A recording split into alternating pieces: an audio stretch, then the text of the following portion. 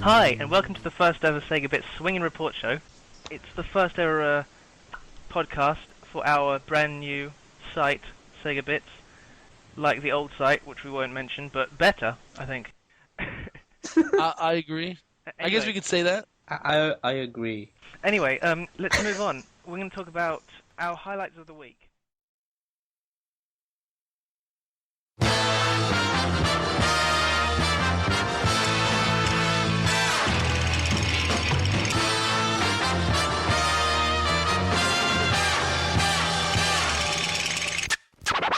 Let's get scratching. We got an explosive broadcast coming to you. Listen up. Sega games, just keep playing them. We're back. It's the SEGAbits Swingin Report Show. Live. Get ready for Sega interviews and news.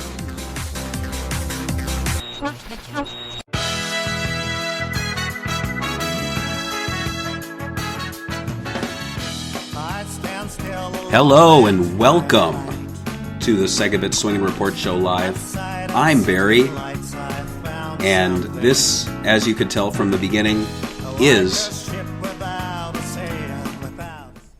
our 100th episode.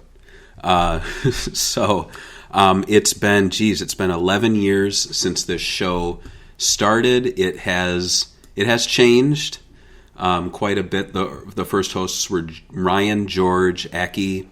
I came on shortly thereafter. Then I kind of took over the show. It became an interview format. We've had many people on. Tom Kalinske, Al Nielsen, Roger Craig Smith, creator of Toe Jam and Earl. Did we get the Echo guy? We didn't. We need to. There are so many people we've had on, and one of them is going to be joining the Three Timers Club. It is, of course, Ken Horowitz of Sega16.com. So let's bring him on here to the right of me. There he is. Hello, Ken. Hi, how you doing? I'm doing well. Good. So thank you so much for coming on. As I mentioned, you are the Three Timers Club. You edged out Chris Tang, who was on twice. So I think if Chris actually does more on his fan game, then he's allowed to come back. But yeah, I've won the golden Opa Opa. That's right. Yeah, that's right. You know, we do have a golden Opa Opa. It's a little JPEG that we put on end of the year favorite game articles. So we've had you on before. You've written the books, The Sega Arcade Revolution. You've also written Playing at the Next Level, A History of American Sega Games. Your current book, I know you have a copy on hand if you want to hold that up. It is Beyond Donkey Kong, A History of Nintendo Arcade Games. And that's... I feel like the Sega 16 guy writing about Nintendo, it seems like... What happened? I definitely got that a lot. Yeah. So... I mean, in the past we've talked about your love of Sega, but are you a Nintendo fan? I'm a fan. I like everything, but Sega stands head and shoulders above the rest for me. I mean, that's my favorite. But I wrote that book because as a kid in the late 70s and early 80s, I grew up around the arcades. Before I even had a console, I had to go to a friend's house to play Atari 2600. Another friend had an Odyssey 2. But I didn't have anything. And so I got my my video gaming in when my parents went to the mall, and I would sneak away to go to the bathroom. And I would leave because you could do this back in the 70s, 6 years old, 7 years old. I'm going to the bathroom, okay, go. And then I would leave the store, go down the hall, into the arcade, spend about 5 or 6 minutes just looking at the attract modes before, okay, I got to get back, and then go back. And I grew up, with Donkey Kong. And Donkey Kong Jr. and Mario Brothers and those great Nintendo arcade games. And, so where I started writing about Sega because that's my first love, and I've been playing Sega arcade games since I can remember. But there are other aspects of that experience as well that I wanted to cover, like the Nintendo games and the book I'm doing now, the Williams games and stuff. But I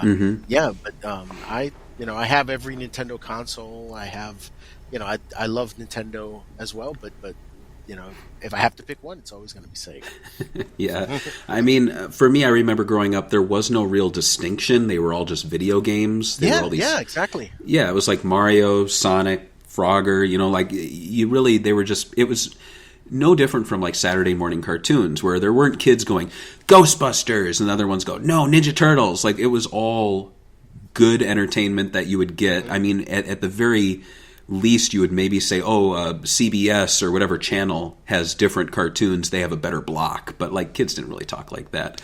But yeah, so when I got the Genesis, I would be applying like Nintendo, this game is owned by stickers on the backs, and I just wouldn't think twice that I'm putting like a Zelda sticker on the back of my Sonic the Hedgehog 1. It was just like, well, it's a video game sticker going on the back of a video game. Exactly. What's the big deal? Yeah, so with this Nintendo book now, that released a little bit ago, right? Last year. Last year, right.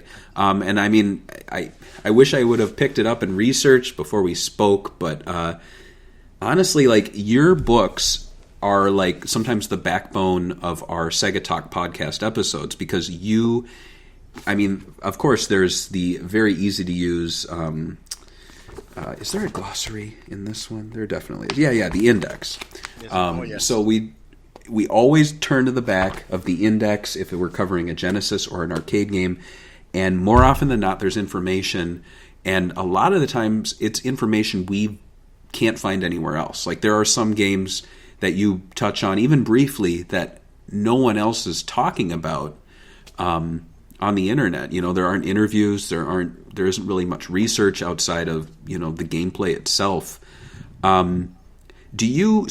Whenever you're working on a project, do you ever think, I need to cover this area of gaming because no one else has? Or do you take more of a approach of just saying, I'll start the research and what I find is what I find? It's the former. I approach writing these books from a researcher perspective. I teach research and writing at the college level. I'm on doctoral dissertation committees, so I'm very, very involved in the actual research process. And every time I decide to write a book, it's always, I look and see for a gap in the literature. Like, there's one section of the industry that has not been covered, that no one's talked about. Like, I would love to write an Atari book, but like, I have Business is Fun and a couple other books, and I'm like, it would be so difficult for me to actually build on what, to say something that they haven't already said much better than I could possibly do, because they've been involved in that research forever. So I look for areas that I can tackle that haven't already been extensively researched. That was one thing that appealed to me about the Nintendo books. Like, there are books about the NES and the SNES that you could build a wall with them. There's so many, but there's no books on Nintendo's arcade history, which is that's how I got introduced to Nintendo. That, and then the Game & Watch. But the Game & Watch, as in when my dad would take me to Service Merchandise, when we were in the section where they had that, because the Service Merchandise, I remember, kind of had that like near the jewelry section for some reason. And so I would look at those in the case, and when my dad was off doing whatever he was going to do, talking to the guy, I would be looking at the Game & Watches. Never got to own one because that was a little bit too expensive, unless I asked for it for Christmas, and so I never got one. But that's my introduction to Nintendo, the arcade games. And so before I look at any topic like that, I look online and I ask around to see if there's any project that someone else has done or is in the process of doing on that topic. And then it's a process of determining whether or not, has no one done it because no one's gotten around to it, or is the topic not viable? If there's not enough meat there for you to actually develop a book. Are there people I can talk to? Are there articles like with the Sega arcade book? That was a much more difficult one than the American book, because most of the sources and games were Japanese. So that involved a lot of article translation. I was like, well, can I translate? Do I have someone who could translate the articles? Are there articles to translate? And I talked to people and everything, and I was able to make that happen. But that's the step. It's like, is this something that's been covered? No? Okay. Has it not been covered because no one can cover it, because there isn't enough to say? If not, then that's what really interests me, telling the stories that haven't been told before. or haven't really been fleshed out. And do you look at more of a narrative from a beginning to end? Like, do you think of someone sitting down to read this book from beginning to end, or do you more approach it from like section by section and then just kind of telling these little bite-sized stories? Well, I look at, honestly, if you look at the format of these books, they are basically a collection of the articles formats that I use on Sega 16. Like, they'll start talking about the background of the developer. We have an article series on Sega 16 called Developer's Den that talks about the history of the developer. Mm-hmm. And then the actual game itself, that's a behind the design article where we talk about the game's development. But when you have that many games and that big a story, you can put them chronologically and connect them and create this, this overarching narrative about, like, okay, this is the history from this date all the way to this date, because you that way I think you accomplish two goals. For the person who wants to use it for research, you have the little capsules of games and the developers and everything that you can use. Just look in the index, boom, go to the one you need. Right. But someone who wants to know the history can sit and read it from the beginning all the way, to the end. And I don't end, like, you can't end a story like Sega or Nintendo because they're still around, right? But like with Sega, I ended it. I think both books ended. The first book ended with the end of the Dreamcast, right? Because there was no more home American development, right? To Sega's consoles. And then the arcade book ends with the Sega Saturn merger, because that's Sega that made all those great games in the 80s and the 90s. That's Sega. That's when it disappeared and became the Sega that we see today. And Nintendo, of course, when they exited coin-op and the legacy of them licensing their brands for other companies to make coin-op games. But that's I try to do both of those. And then, like with Beyond Donkey Kong, I started with Beyond Donkey Kong, and the new book does it as well. Is that I switched from in-text citations, because these books are also, I consider them to be research references, to endnotes, and that way it doesn't affect, because someone who's not into research and doesn't know about citations and things might find it intrusive to see those citations in the text. So I switched to endnotes, so that way the sources are there, everything is cited, but it's out of the way so that it doesn't interrupt the flow for the reader who's not particularly looking for that. Right, and I've seen, obviously there's so many books out there now covering video games, covering Sega. I feel like in the past 10 years it's been a book renaissance. Yeah. Everyone's writing a book. There is that Dreamcast Year 1, I think it is, which is from more... And 2's coming out too, yeah, and that's more from a UK perspective. Then there are, of course, your books. There are the Design Works books, which are more like art books that just happen to contain a lot of great interviews at the end. What led you, though, to go with more of a textbook publisher like McFarland, as opposed to either kickstarting something or treating it more as a, I don't know, like there's those books out there that are a little more, I don't want to say flashy, but it's more like, hey, I'm an entertainer, this is my fun book, check it out, it's all the reviews of the games. Who did that one on the NES? Pat the NES Punk, like he did a book.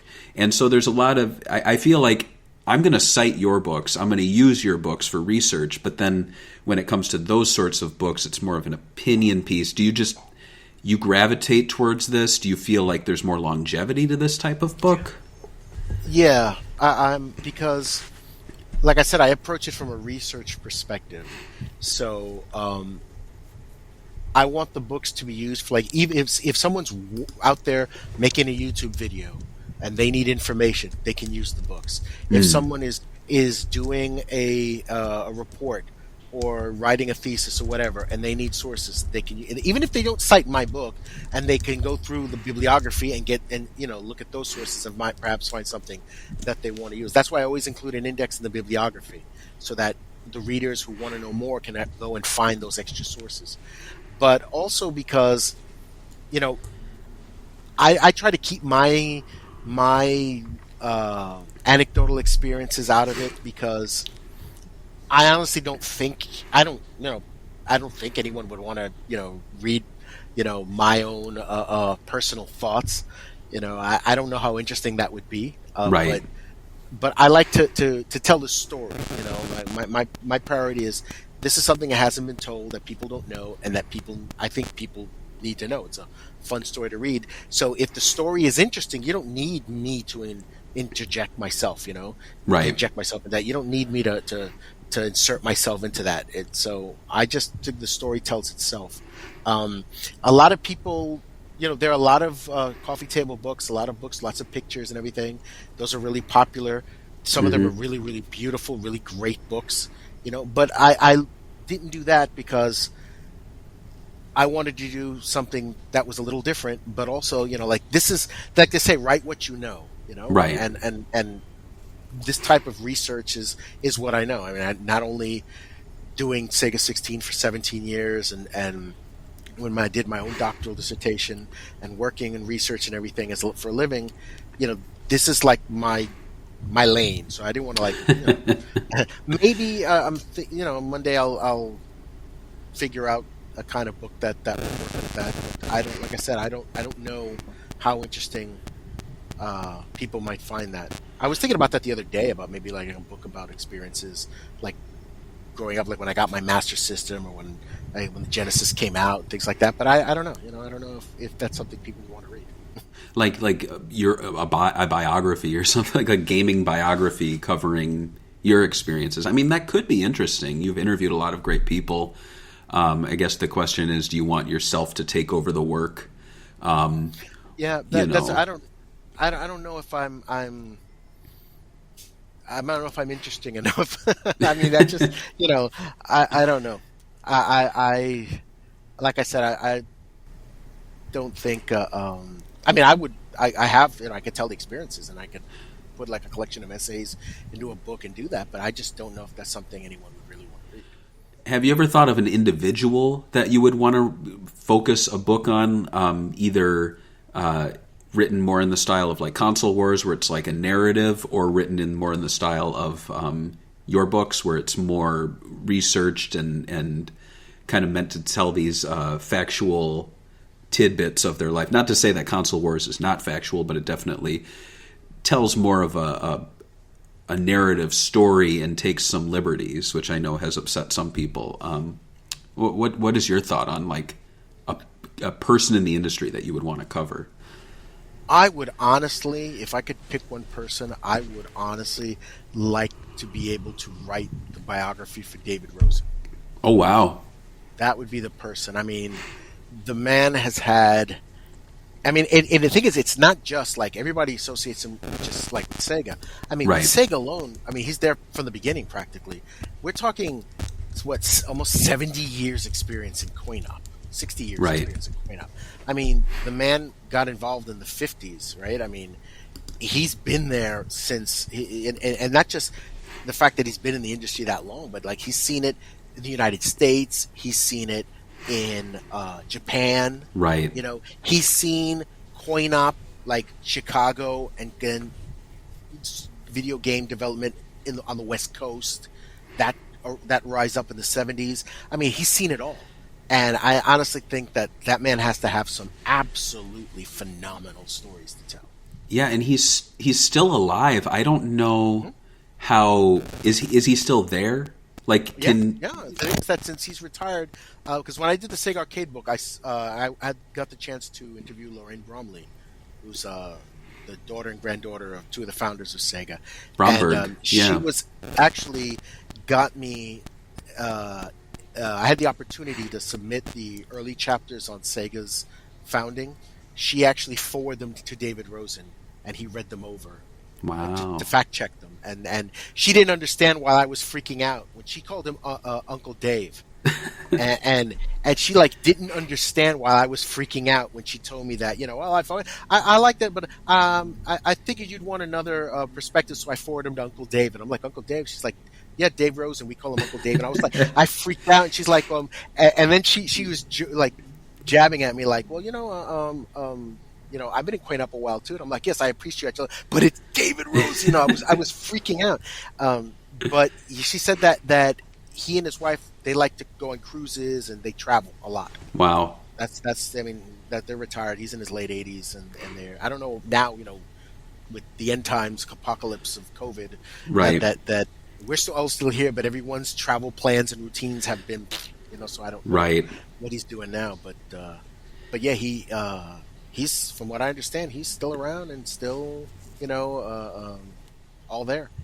Yeah, it's almost like with these legends though, you got to jump on it even if you don't have a project plan, just to sit on an hour-long interview with them so that you have something. So when the time comes, I mean, I personally, in planning for live shows like this, I was thinking, man, I need to get Tom Kalinske back because he was a great chat, and then he had that health scare.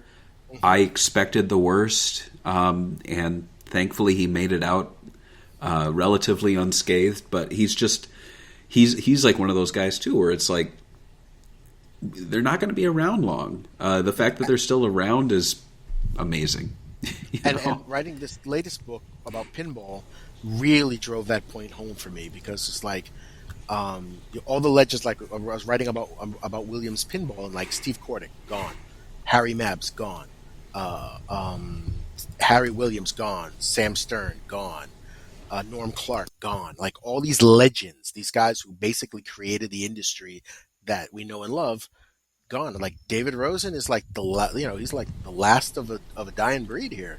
Yeah. I mean, all the others from that era are gone. I mean, and then doing that research and seeing pictures of him. There was one picture, and I think I posted it on Twitter, that was David Rosen with I forget his first name, Kogan, the founder of Taito, and there was someone else. I forgot who it was, but there were like four of them, and like these are like industry pioneers. And of the four, like David Rosen is the only one of that picture who's still alive.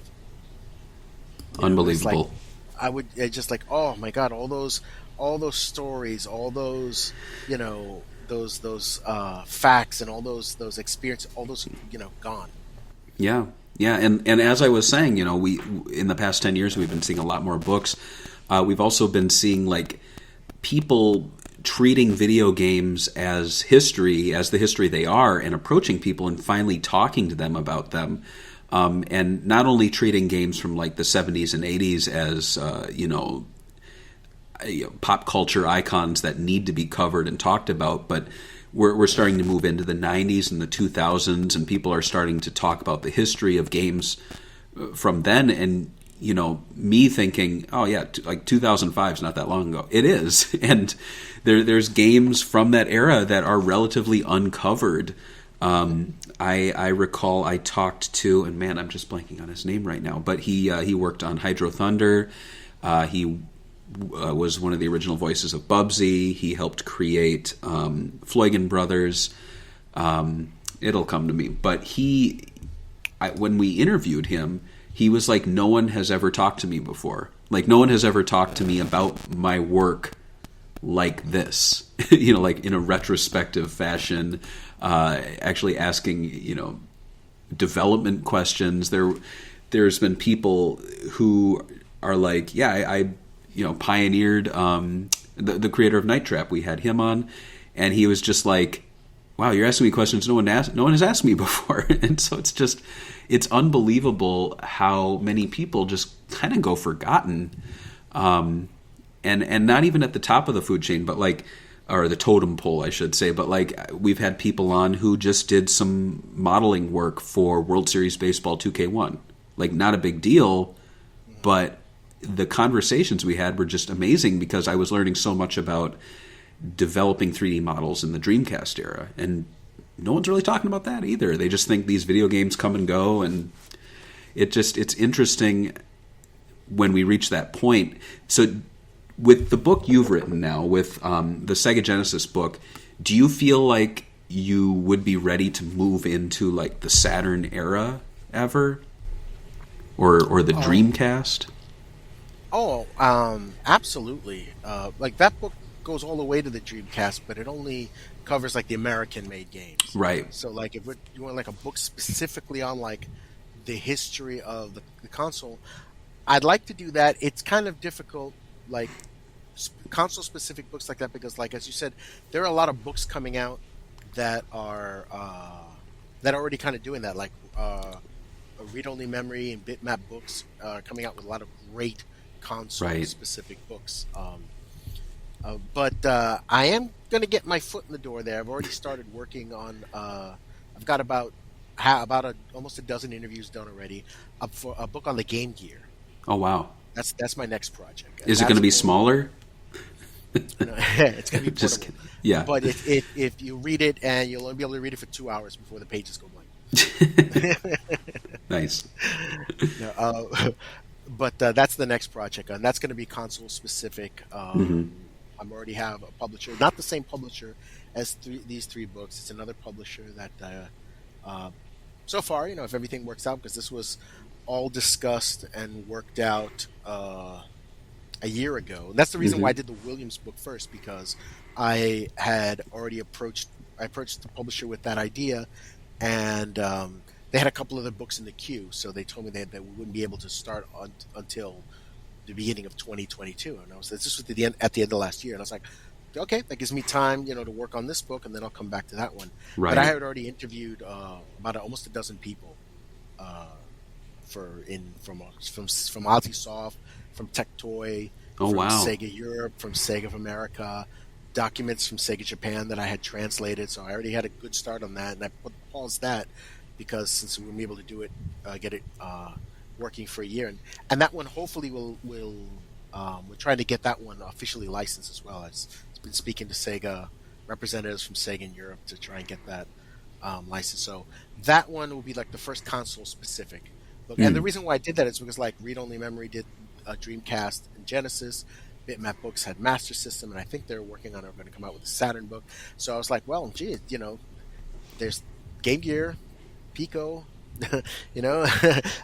those are books. And somebody on Gaming Alexandria posted a picture of like Pico in the boxes from the Netherlands. Oh wow! And I had no idea that it had been released in Europe. And so I found that really interesting. I was like, wow, that kind of piqued my interest, because those are things like you don't see any deep writings on that. Now someone might say, well, who cares about that? But in my opinion, I do. Everything, everything deserves to be discussed. Like exactly. Bad games, like somebody, I don't know if it was on an Amazon review or something, that somebody criticized that I had included, for example, in the Sega arcade book Flicky. Right. Well, who cares about Flicky? It's like, well, I care about Flicky, and also Flicky is where if you don't have a Flicky, you don't have Sonic the Hedgehog. Right. So Flicky has historical significance. Yeah. And that's something that a lot of people don't know, that, so that they look at Flicky and say, who cares about Flicky? And hopefully they'll read about this and say, oh man, I didn't know that about Flicky. Okay, so the game has a place, because every game deserves to be covered. I 100% agree. I mean, not just games, but movies, television shows. Like, just because you didn't like it or it's deemed bad doesn't mean it shouldn't be covered. And honestly, sometimes the story behind it is better than the material itself. I mean, case in point, The Room. It's one of the worst movies. The story behind the making of it is amazing, and it's been chronicled. In fact, it's kind of funny. What kind of led me to think, I should ask Ken to come back on, is I was reading a book from another author who was on the McFarland label, and I was thinking, I know this logo. This is from the Ken Horowitz books, and it just got me thinking about bringing you on. But it's just kind of funny because that book, it was about the history of the Puppet Master movies, which are like bottom of the barrel B movie, not even B movie, C movie. These things are filmed sometimes in a week. But I love them, and I just got such a kick out of reading the history of them. And then I thought, it's so cool to see that author and his book and your books by the same publisher. And it got me thinking, too, like, when you approached, McFarland, what was it like? Were they very quick to be like, yes, let's make a book? Or was it more... Well, I didn't really approach McFarlane as much as I kind of bumped into them. Oh, interesting. I went to Dragon Con in Atlanta. My brother lives in Atlanta, so every year before COVID, my brother and I go visit my brother, and we go to Dragon Con together. And we go to the vendors. Dragon Con is 4 floors of vendors just the largest vending mart that you've ever seen. And McFarlane has a booth there. So my brother and I are like, books, let's go there. And we're looking through the books, and I noticed they had these really interesting books. Like they had like the role of Superman in combating communist propaganda in the 1950s. And I was like, wow, Superman was an icon for democracy and capitalism. I was like, that's interesting. And they had one about the X-Men and how the X-Men, were modeled on the teen issues that teens were first being, studied and stuff in the 1960s, and stuff that you don't normally associate these subjects with. And my brother started to talk to the representative, and she asked him, Joe, you sounds like like you have some interesting ideas. Do you write? And my brother said no, but he does, and he pointed at me. And I was like, what? I was looking at a book, and I saw them both looking at me, and I was like, what? And so she asked me, and I told her, that I ran Sega 16, and I wrote articles and stuff, and that I had an idea for a book. And she took out a pitch form, a proposal form, and a pen and said, write it down, and I'll forward it. And so I wrote it down, the idea for playing at the next level. What I wanted to interview developers, because I told them I thought it was viable because I've already interviewed many of these people. I've already written articles on similar articles, and I already have, the experience. And then about 2 weeks later, I got an email from McFarlane saying that they had approved the project. Wow! And they were interested, and they wanted to sample chapter and an annotated table of contents, so they can get an idea of what I had planned. And I sent them the chapter, and I sent them the table of contents, and then about 2 weeks after that, they greenlit the project. That's nice. So did they give you like a window of time to release the book, and they were pretty flexible McFarlane there? Or? Is very flexible in that basically they let the author set the when they're going to hand everything in. There are certain things you have to have the manuscript handed in. You have to have all your images with all if anyone you spoke to or anyone who submitted images, they have to have signed releases authorizing. If you have to have all that. Once you have all of that, then you can submit it. With the last two books, I've actually started writing the book, and then like with this latest book, I notified the publisher, my editor, and I told her, "Hey, I'm finishing up a book on this. Are you interested?" Because now I'm writing these books whether they publish it or not. If they don't want to publish it, then I'll just go someplace else. But I'm writing these books, and and so now that I've done, this is the fourth one I've done with them. So they if your books, if you work well, you hand things in, you don't have any problems, your manuscripts are well written, if they sell well, they tend to be more flexible, give you a bigger word count, things like that. So there are benefits to publishing with them. There are disadvantages to going with a smaller academic publisher as opposed to, say, a major publisher or another publisher like Schiffer. But I haven't so far. They've been doing pretty well, so I'm happy.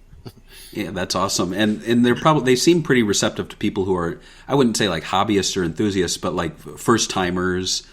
People who want to try writing a book. Like I mentioned, that Puppet Master one, this guy has experience writing like websites just as you did, but it doesn't seem like a book a lot of publishers would greenlight, to be honest. It's very niche. So I mean, it's no surprise that they would greenlight something like this. So I really want to check out some of the other stuff that they have. You mentioned a Superman book. That they did. Well, they I don't remember the title. These were books this was 2014, I think. Okay. But I don't know if you're familiar with the work of of Patrick Hickey Jr. No, I'm not. He has a series called The Minds Behind the Games. And he's done around 6 of them already. He's done one on Genesis games, one on PlayStation games, and he basically interviews developers and gets the story for example, Doom. And he'll interview people, 1 or 2 people who work in Doom, and give the story of Doom. And one book could have 30 games by different developers from different publishers, But they're if it was PlayStation, they were all games released on the PlayStation, but they're all from different companies, and it's a nice variety of games, and it's McFarlane. Nice, yeah. So before we get to your current project, I had a few comments and questions from the audience here. So first up. We have Elk. He was actually on the previous episode talking Dreamcast with me. He says, I want to tell Ken that Sega 16 was a valuable resource for me when I first got interested in revisiting Genesis over a decade ago. Thanks so much, Ken.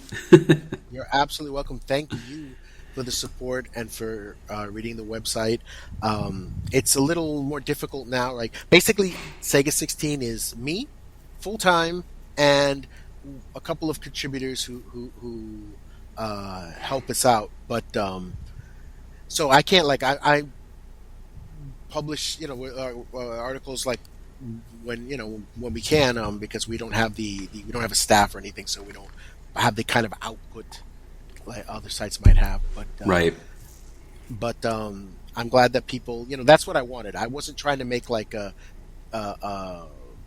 news site or anything. I wanted an outlet. I wanted a repository, of articles, historials, interviews that people could go to look for information. And I'm very happy that people have actually gotten use out of the website. So I thank you very much for your support. Yeah, that's an awesome comment, Elk. We have a question here from Mike Garcia. This is a question I always hear, too. Does Ken see Sega ever making hardware again? I don't. I really don't. The thing about Sega is that Sega... People always tend to think of Sega as a console company, right? As of today, Sega has officially been out of consoles longer than it was ever even in it. They've been out of consoles since the Dreamcast left. They've been out of hardware longer than the period that they were in it. Yeah. Sega is a coin-op company, primarily a coin-op company.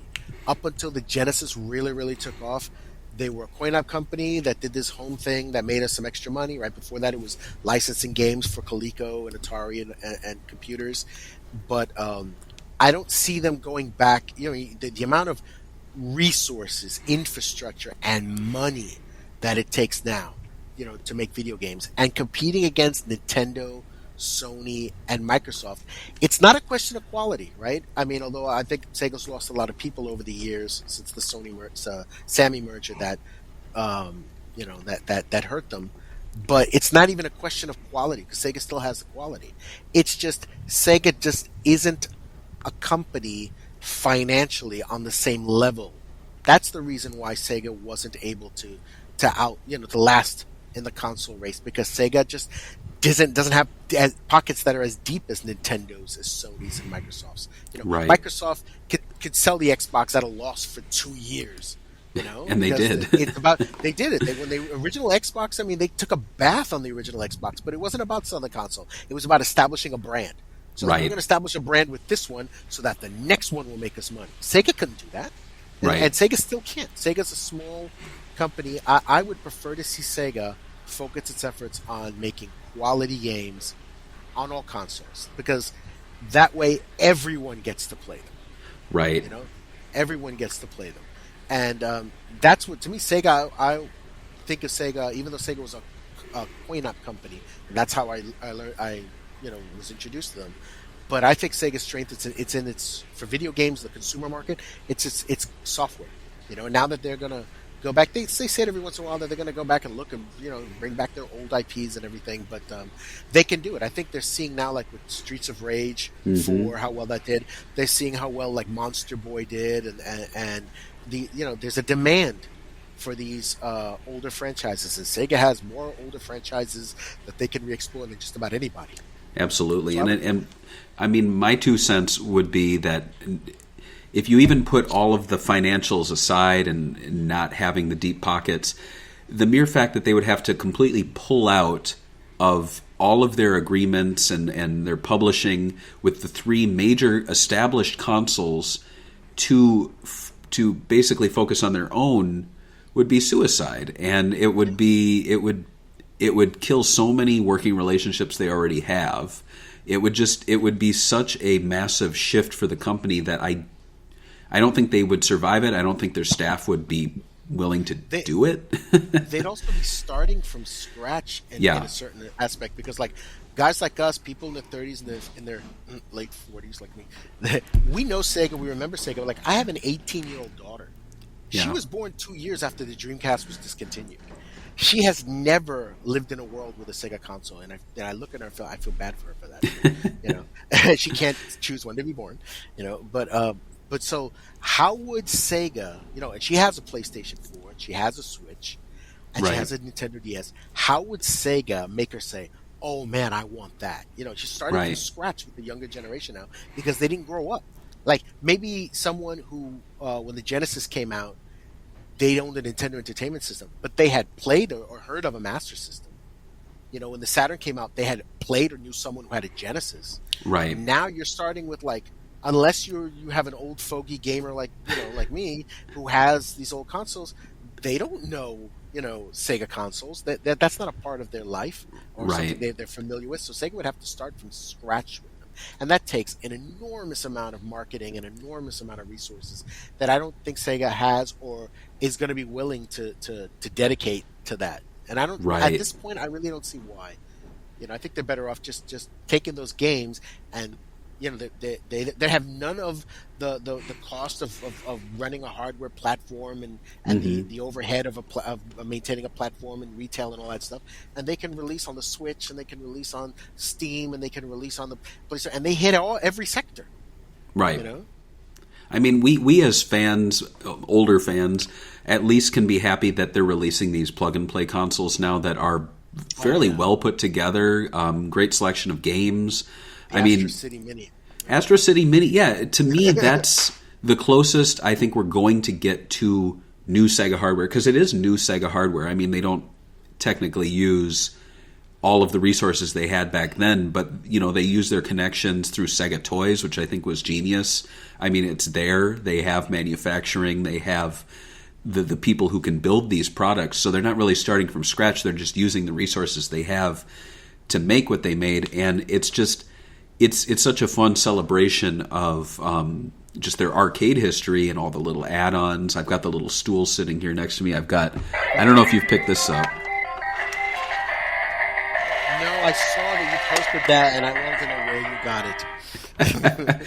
I got it through the Sega Ebten store. They were discounting them. I don't know if they're still discounted, but I think they're trying to move them. So I used a proxy service. It wasn't that much. It was like $30 or something.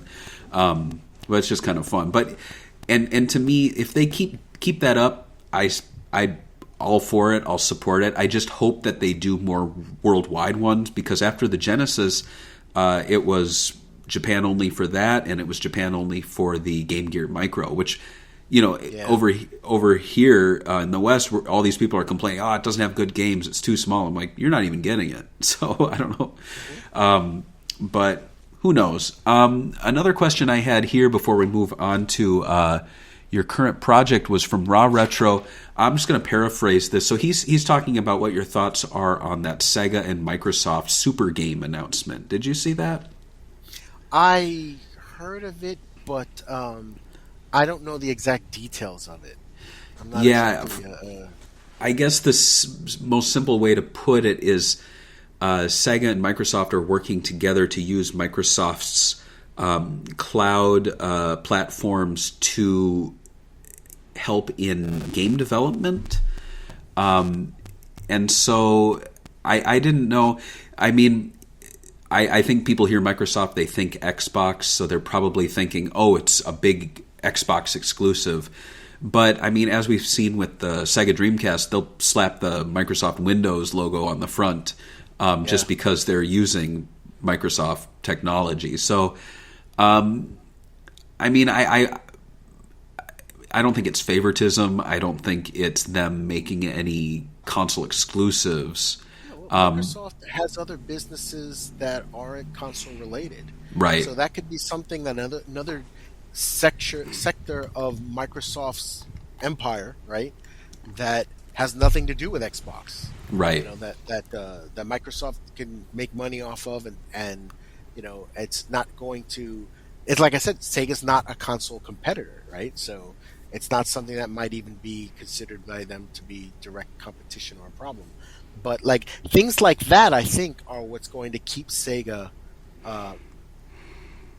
It's going to keep Sega relevant. It's going to keep Sega, in the public eye, because those kind of partnerships are high profile, right?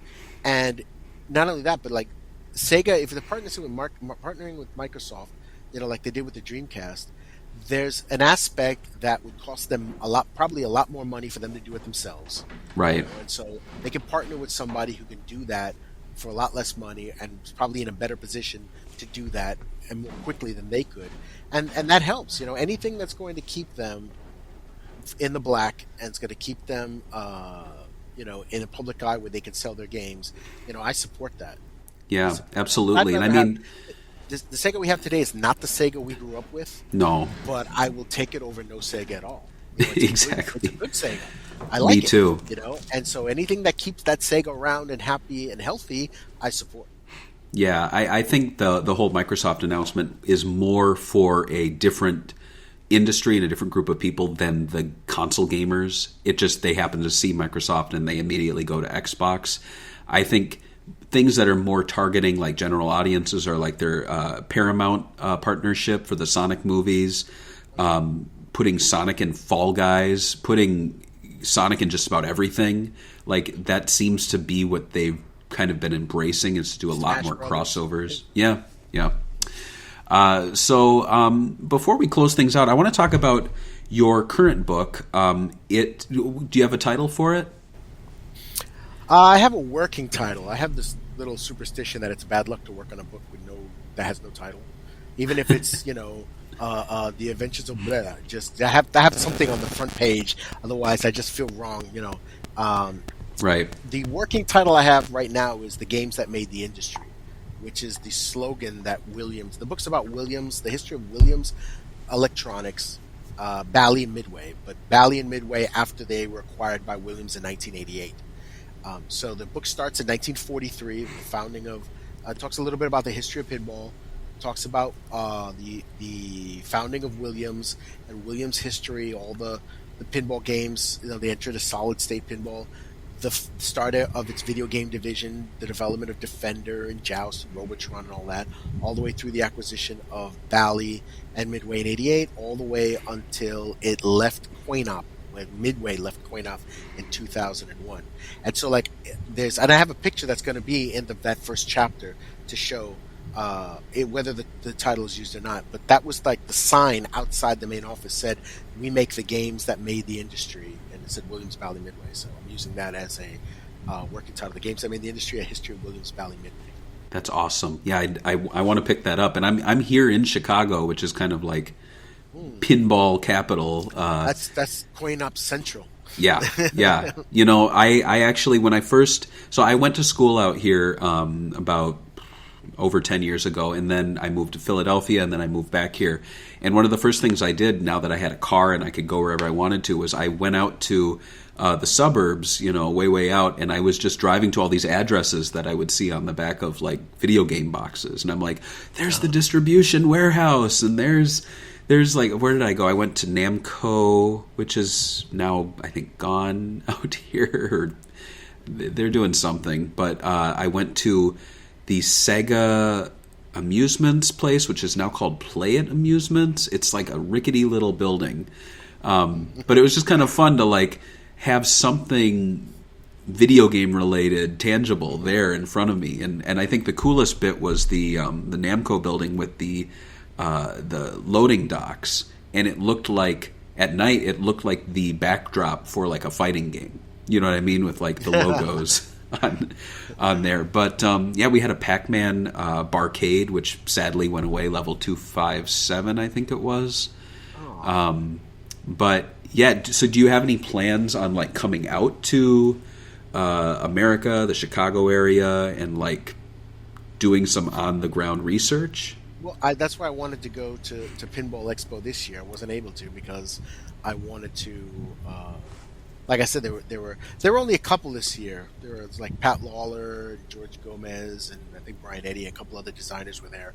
But I'd spoken with them. But like next year, I'm definitely going to go because that working on this book has already like opened doors for books on other pinball publishers like Bally, Gottlieb, and Stern.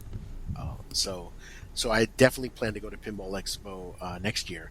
When I went to the Midwest Gaming Classic in 2018, a friend of mine and I were so close. Like our flights got delayed because of the snow blizzard, so we had to stay an extra day. And we were sitting there over lunch, like seriously considering renting a car and driving out to Chicago to go to Galloping Ghosts. But it's like we took like the drive there and the drive back. It's like it wouldn't be enough time, and so but like okay, if I go to Pinball Expo, I'm going to Galloping Ghosts. That's Absolutely. like on my list. Absolutely going to go. Yeah, I got to say that's been the hardest thing with the pandemic. I'm stuck at home. I live 10 minutes from the Galloping Ghost. And, I mean, up until maybe the last few months, I've been comfortable going there with a mask. But, you know, at like peak, it would be like, oh, I want to go, but I can't. But, yeah, that is heaven if you're a video game fan, if you're an arcade fan. My brother and I last year were going to go to Gen Con. And because for his 50th birthday, we've been wanting to go to Gen Con since like 1982. Since we used to see the ads like in the back of first edition Dungeons and Dragons manuals. My brother and I bought the plane tickets. We had the hotel reservations, everything canceled because of COVID. Yeah. So that was fun. I was going to go to the Strong Museum this summer to do some research for this book. But, you know, that kind of fizzed out too because of COVID is like. So I told my wife, you know, those trips aren't canceled; they're just postponed. You know, and I plan to go to the Strong Museum, but the Pinball Expo, like I said, and next year I plan to go to the Midwest Gaming Classic. Next year, those two are definitely going to happen. Nice. That's really exciting. So, in your research with the Bally Midway book, obviously this is a Sega-focused podcast. Did Sega ever come into play in any of the research you were doing in relation to Bally Midway? Was there ever any crossover with those companies? Actually, there was. When Sega in the 1970s was looking to try and get an in the American gaming market, Sega actually was looking to buy Williams Electronics. Wow. And so you had negotiations going on.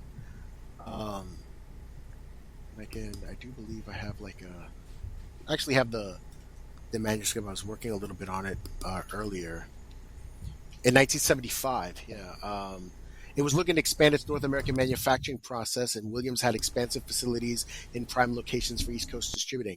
So there was like an agree in principle. Williams at the time was owned by Seeburg, a bigger company, and Seeburg would get 20% ownership of the Sega Williams merger, a loan to pay its debts, and Sega would get basically instant North American